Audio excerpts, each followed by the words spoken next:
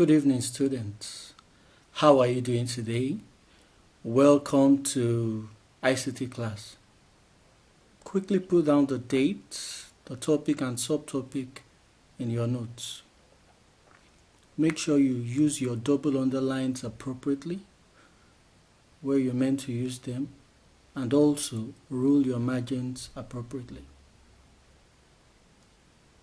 In today's class, we're going to take a look at an IGCSE past paper, and I'm also going to use this to bring you up to speed on images, because I know that some of you have not been able to go through some of the tasks I gave you previously. So this will help you catch up. I'd like you to write down the lesson objectives neatly in your notes. You can pause this video to do that. Now let's take a starter activity. Okay, this was from the catch-up class video that I placed on the platform. If you have not watched it, please go watch it and do the accompanying task.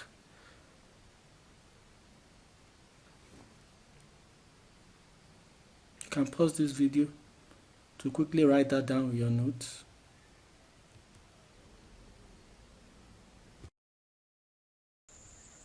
We will try solving this paper. This is May-June 2016 paper 3-2. You're going to help develop a website for the Gwar Elephant Sanctuary to raise awareness of the project. Viewers of the website may have slow internet connection, so efficient markup must be used. Create a new folder called 1632_HTML. Locate the files and place them in your 1632, the following files, and place them in your 1632 HTML folder. And these are the files. Those files are located in your source files. The source files that came with this paper also has all these files in it. So let's go check. This is the file here, 0417 S16 SF32. So what I need you to do is right click and go to extract to the same folder name. Okay, it has completed the extractor. So these are the files in here. I'm going to copy this folder. I'm going to paste it on the desktop.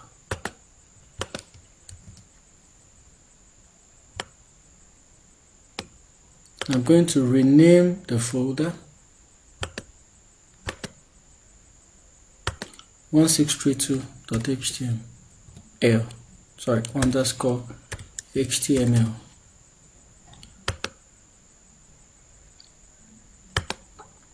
Create a web page called 1632.ges.html. Open Notepad.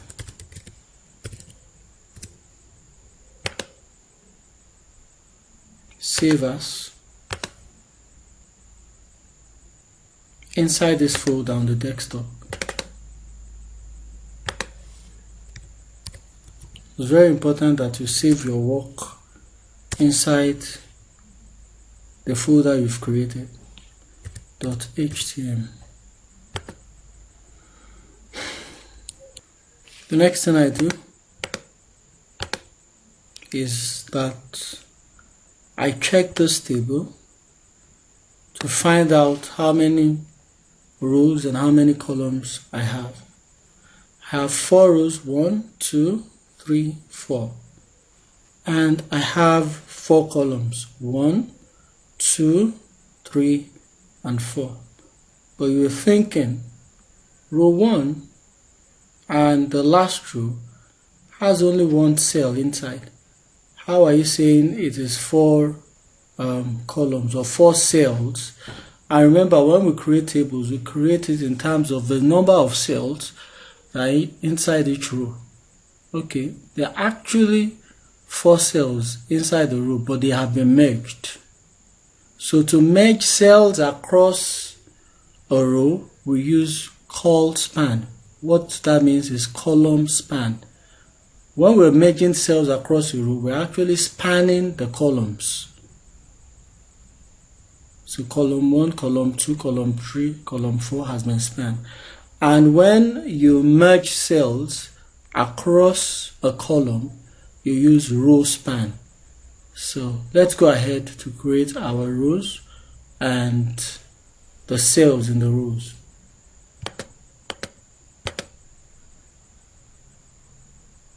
Inside my body, notice how I have indented this files. I've indented them so that it's easy for me to see. I can easily see what I have done.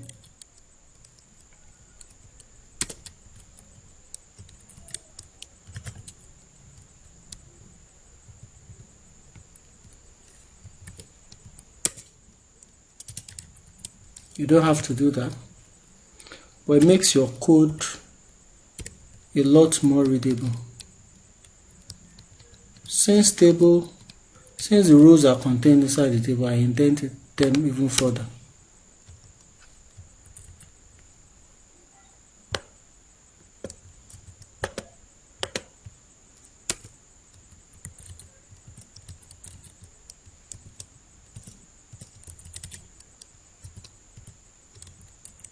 Don't forget we're creating 4 rows.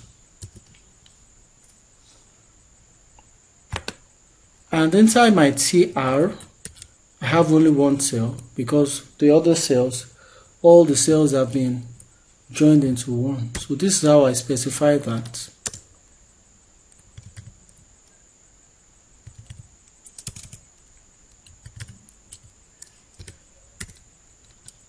I close this. This is how I specify it. Call span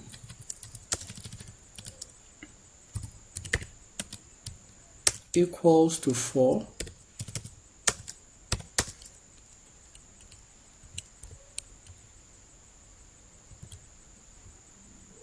that's the only cell inside it, and the letter is A. The letter inside this is A. Okay, I'm going to further indent this too.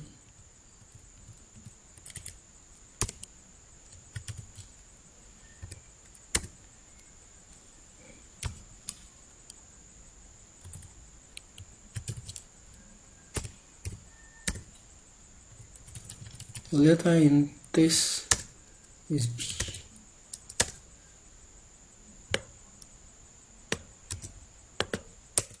I like to copy and paste.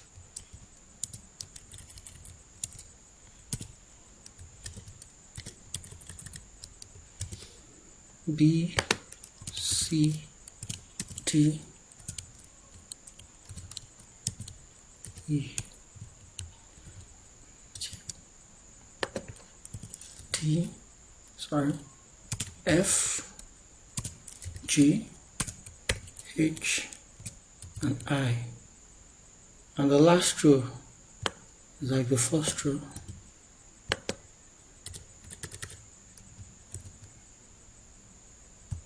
J. The next thing I do is dimension the cells appropriately. The first cell I have here, I have 172 as the row height and 736 as the cell width. Remember, dimensions are specified width by height or width times height. Let me make that change now.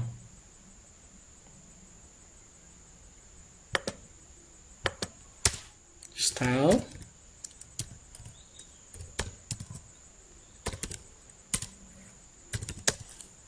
equals, in quotes, height equals, don't forget it's a colon, 172 pixels.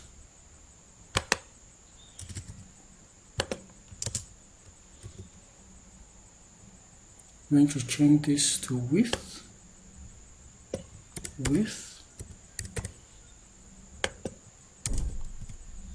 732 pixels.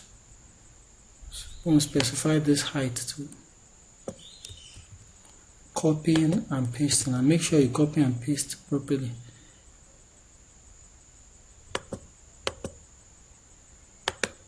Here the row height is 140 for the second row, the third row 140, and the last row 140. So let me quickly specify that.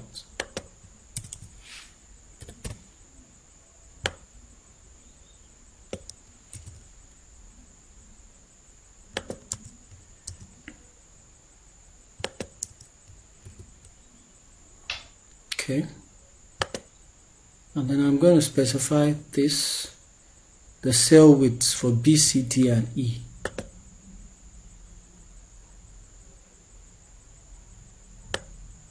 Which is 184 each.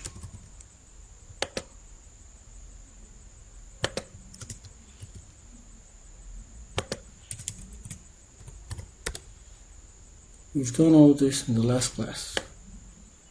We did all this in the last class.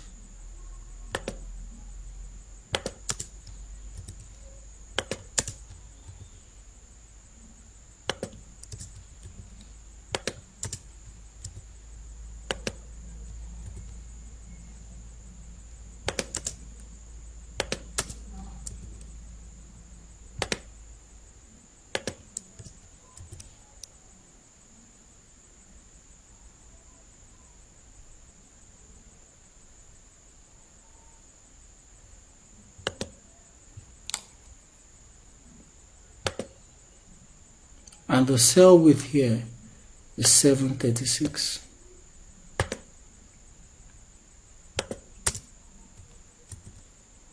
Change it to 736.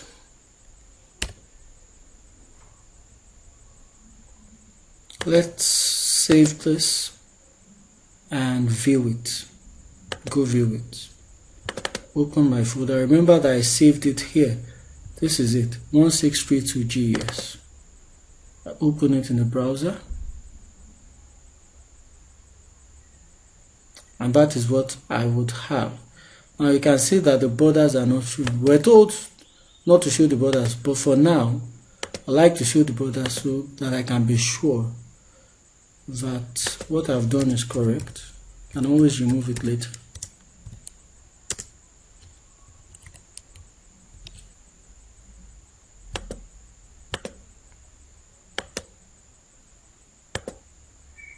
Okay, we are correct.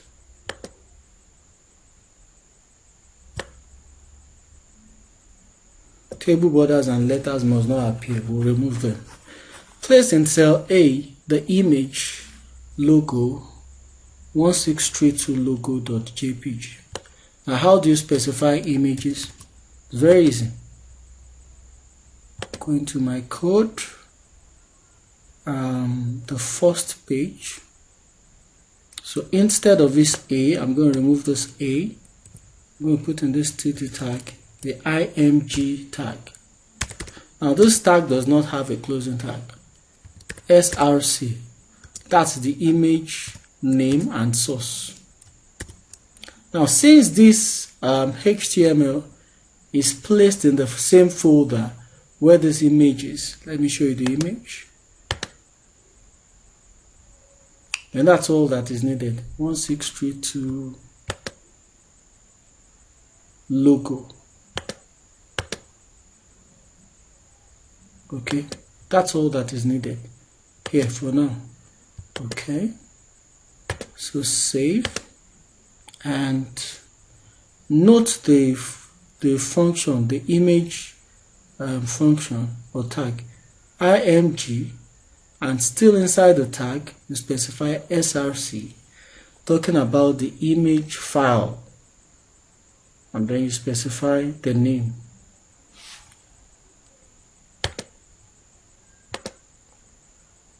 Okay, that actually overfilled the sheet. Let's move on. Resize this to 730 pixels wide, maintaining its aspect ratio. That's easy. Let's go back in there to do that. Now we're going to use the same embedded style sheet, but this time around we are placing it inside the image tag. So style equals to, in quote, width equals, which is going to be, don't forget your semicolon, 730 px. Let me check if it's 730. Okay, 730 px. Sorry, this was supposed to be 736, not 732. 730 px. Now if we open this again, it's going to be a bit different because it has now been resized to fit in the image. Okay, moving on. Now maintaining this aspect ratio is just talking about not specifying a height. If I want to maintain an aspect ratio, I specify only one dimension. So if you specify the 2 dimensions, then you would probably be distorting the image. So just take note of that.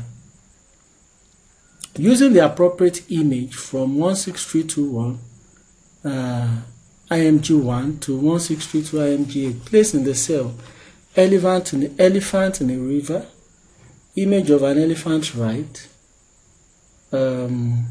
stream in a jungle, and image of a garden. I have to place those in B, C, D, and E. So in B, image of an elephant in a river. So let's first of all go to our folder to check.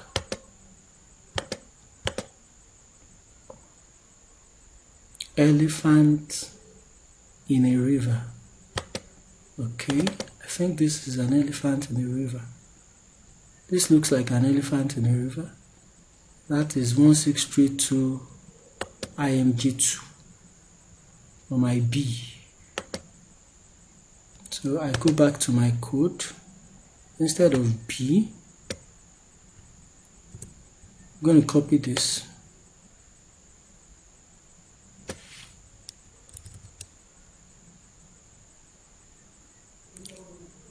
I'm going to place it here. I'm going to remove this. I don't need to resize this. I've not been told to resize this. 1632 IMG2. And the other one of an elephant ride. Elephant ride, that will be 7. Copy. So lots of copying and pasting happening. 7. Stream in the jungle. Stream in the jungle. That looks like 6.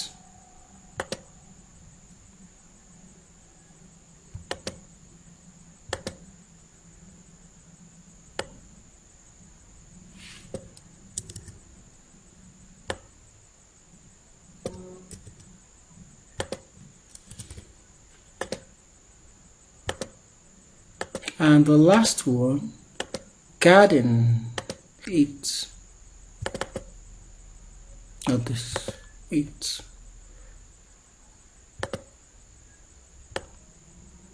So paste, change it to 8. Make sure that appropriate text is displayed for each image if it is not available. What are they talking about? Let's say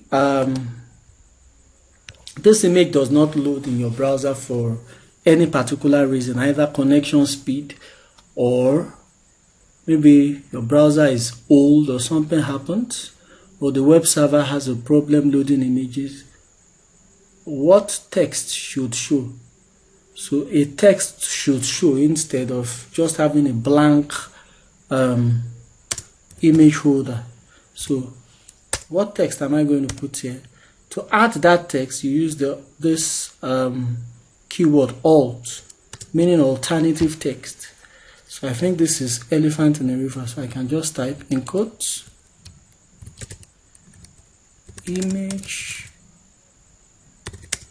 of an elephant in a river.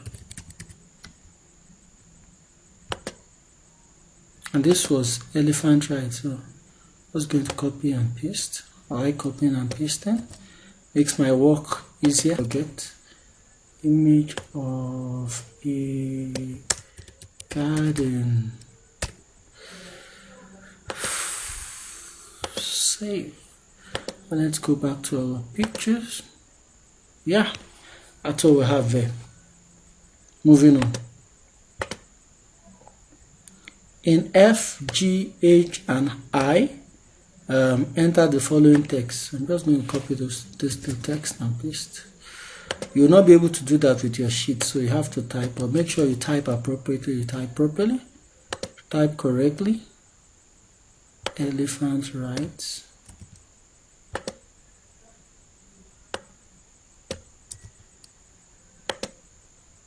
Trek up a jungle stream.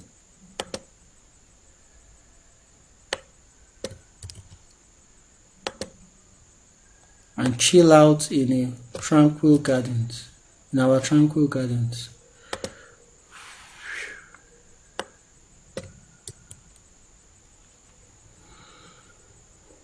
Now, you've also been asked to set all the text as H1. You know how to do that already. So, in front of this, H1. You close H1.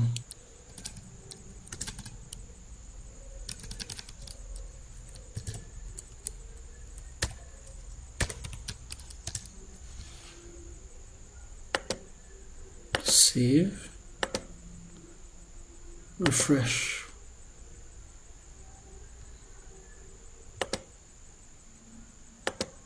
Moving on. Place in cell J, updated by, followed by your name, center number, and candidate number. Set this text as H2. Going back to my code, instead of J, I remove J. Updated by Onoyemi Kayode NG 079001. Now I should set it as H2. H2. I close H2.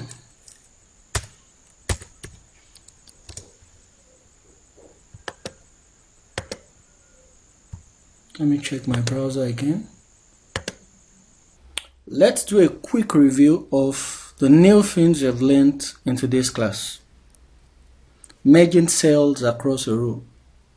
To merge cells across a row, use the call span keyword.